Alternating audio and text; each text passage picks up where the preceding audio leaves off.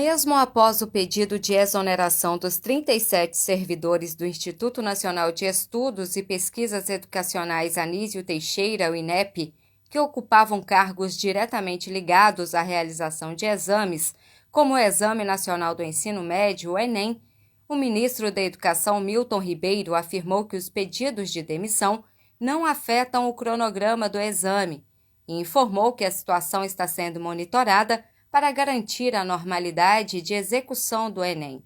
Com isso, está mantido para os dias 21 e 28 de novembro o exame e também do Exame Nacional de Desempenho dos Estudantes, o ENAD, que será aplicado neste domingo. Então, vamos continuar com as dicas para você se sair super bem na prova. Hoje temos entrevista com o professor Thales Leandro de Moura, professor de Matemática e Física da Liber. Oi pessoal, tudo bem? Hoje nós vamos dar uma dica sobre a formação das questões do Enem, especificamente para as disciplinas de Física e Matemática. Primeiramente, nós vamos discutir sobre como que toda a prova nessas duas disciplinas se consolidam, né? Nós temos aí aproximadamente 25% de questões fáceis, 25% de questões difíceis e 50% de questões medianas. Então, quando você pegar uma questão e achar que ela está muito fácil, provavelmente ela é realmente muito fácil e não perca muito tempo com ela. Se você decidiu que ela é fácil, já finaliza aí, porque o tempo é precioso para você seguir as outras questões. Então, basicamente, o Enem, você não precisa de agarrar muito nas questões difíceis, porque são 25% das questões difíceis. Então, o que vai te classificar mesmo são as questões medianas e fáceis. Se a gente for pensar dessa forma, a gente pode observar o padrão das questões do Enem. Esses padrões, eles vêm da seguinte forma: o texto base, que geralmente é um texto grande, o comando da questão, que é onde se pede para calcular alguma coisa, ou o que vai ser definido ali na questão, e por fim as alternativas, que nós sabemos que as alternativas são 5 e apenas uma questão é a questão correta. Se você chutar, você tem de 5 questões, apenas uma chance de acertar e 4 chances de errar. Então, você tem mais chance de errar em um chute do que você acertar. O correto é: não sei a questão, vou por eliminatório. Se você eliminar uma, você só tem 3 chances de errar, e aí facilita muito a chance de acerto aí da questão. Bom, começando, o texto base é um texto longo, provavelmente vem em texto ou em imagens ou gráfico.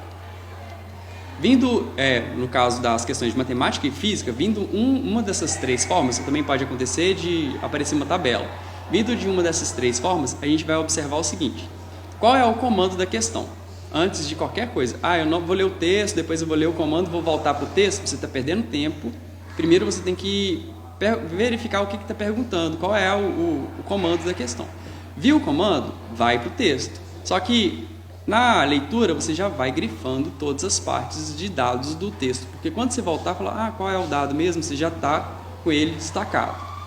Isso vai facilitar para você identificar as questões na hora do cálculo, quais são os valores, e assim, consequentemente, você vai conseguir aí um tempo maior, um tempo melhor na questão e um tempo maior para resolver as outras, que provavelmente você vai chegar numa questão que você vai precisar desse tempo. Então, o correto é sempre verificar em uma leitura só. Ficar lendo, relendo, não é interessante. E aí, a partir daí, a dica que a gente vai dizer é o seguinte: para poupar o tempo, então, faça a leitura, já começa a leitura já com total concentração. Esquece do ambiente. Quando vai começar a leitura, você já fala, estou concentrado, estou. Aí você começa. Verifique então a concentração antes de começar a leitura para você não perder esse tempo. E aí, vou passar agora para a dica de física.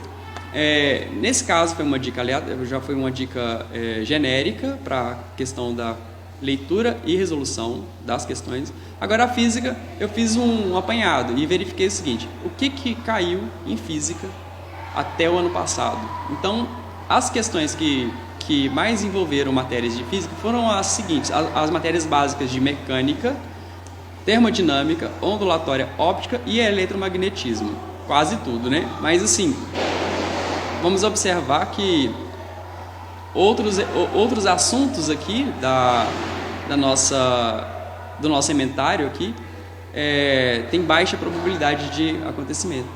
E aí, o que você precisa de saber? Fazer o estudo do básico desses assuntos e ainda, claro, Sistema Internacional de Unidades. Isso aí precisa de ser revisto. Inclusive os prefixos, né? Para você entender melhor, porque sempre cai alguma coisa com prefixo e aí você precisa de dar uma lembrada nisso.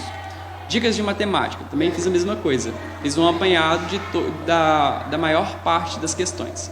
E aí a gente tem aí os conceitos básicos de grandeza proporcional, geometria plana, geometria espacial, funções, probabilidade e a cerejinha do bolo, que é a estatística. Lembrando que a estatística não vai cair só em matemática, ela vai cair em tudo. Se você vai pegar história, provavelmente tem uma estatística ali que você precisa de dominar. Então, essa contextualização aí da estatística é importante. E, por fim, a dica final tenha uma boa noite de sono. Se não tiver, não vai ter uma boa prova. E outra coisa é a alimentação. Faça uma alimentação leve, porque isso vai dizer muito na hora que você estiver fazendo a prova. E é isso aí. Até mais.